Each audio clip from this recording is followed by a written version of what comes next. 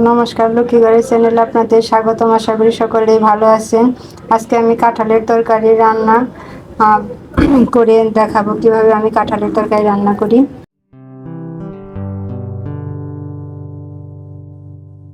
প্রথমে হাতে সরিষার তেল নিয়ে হাতে এবং গায়ে সরিষার তেল মেখে নিলাম। এখন আমি কাঁঠালটা কেটে নেব। সরিষার তেল মাখার কারণ হলো যাতে আঠাটা কম লাগে হাতে, তারপর লেগে যায়। তখন আমি কাঁঠাল কাটা শেষ হইলে পর আমি কাপড়ের টুকরা দিয়ে আর সরিষার তেল দিয়ে আস্তে আস্তে আমি এটা আটাটা তুলে ফেলছি। সাথে তায়ের আটাটাও আমি কাপড়ের টুকরা দিয়ে তেল মাখিয়ে উঠে ফেলছি। কাঁঠালের টুকরাগুলো আমি এভাবে পিস পিস করে কেটে নেব। এভাবে সবগুলা আমি কেটে নেব। পুরোটা কাঁঠাল আমার লাগবে না, আমি অর্ধেকটা কাঁঠাল রান্না করব। এভাবে টুকরা টুকরা করে পিস করে কেটে নেব। কেটে ধুয়ে নিয়েছি। এখন আমি এটা একটু ভাপিয়ে নেব। এখন আমি কতটুকু জল দিয়ে দিলাম। তারপরে দিয়ে দিব আমি 1 চামচ হলুদের গুঁড়া, 1 চামচ লবণ। এটা একটু চিনির সাহায্যে মিশিয়ে আমি একটু ঢাকনা দিয়ে ঢেকে দেব।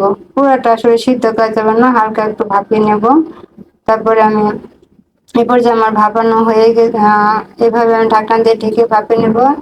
এখন আমার ভাপানো হয়ে গেছে, আমি এটা একটা ছাঁকনির মধ্যে ঢেলে নেব কাঁঠালের টুকরাগুলা।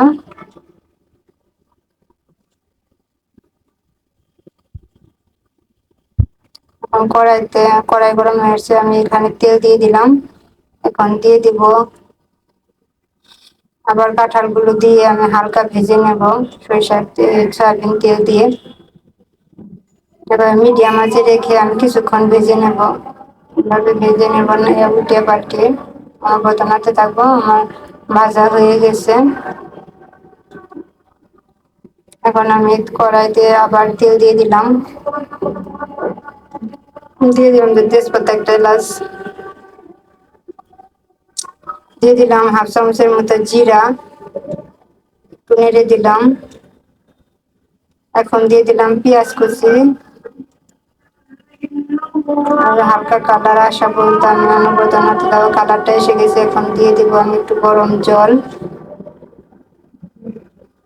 দিয়ে এভাবে নেড়ে দেব।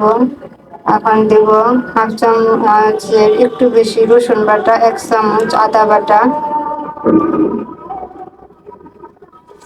1 চামচ ধনিয়া বাটা দিয়ে একটু নেড়ে দেব।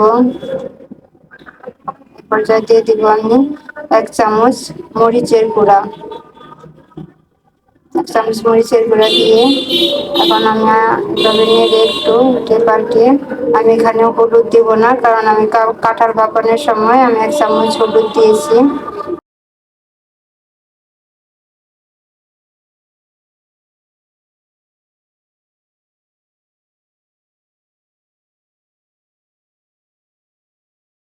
আমি 1/2 চামচের কম লবণ দিয়ে দিলাম। এভাবে দিয়ে এখন আমি কাঁঠালের টুকরাগুলো দিয়ে এভাবে অনবরত অনেক মোটামুটি কিছু সময় এভাবে নাড়তে থাকবো। নাড়া শেষ হয়ে আসলে কিছুক্ষণ নেড়ে আমি এখানে গরম জল দিয়ে দিলাম।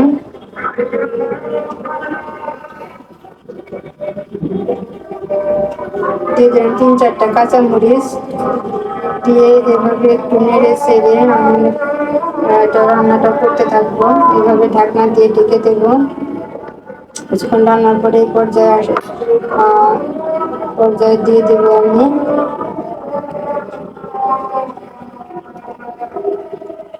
দারচিনি আর এলাচ বাটা 1 চামচ, আর 1 চামচ জিরা বাটা, 2 চামচের মতো ঘি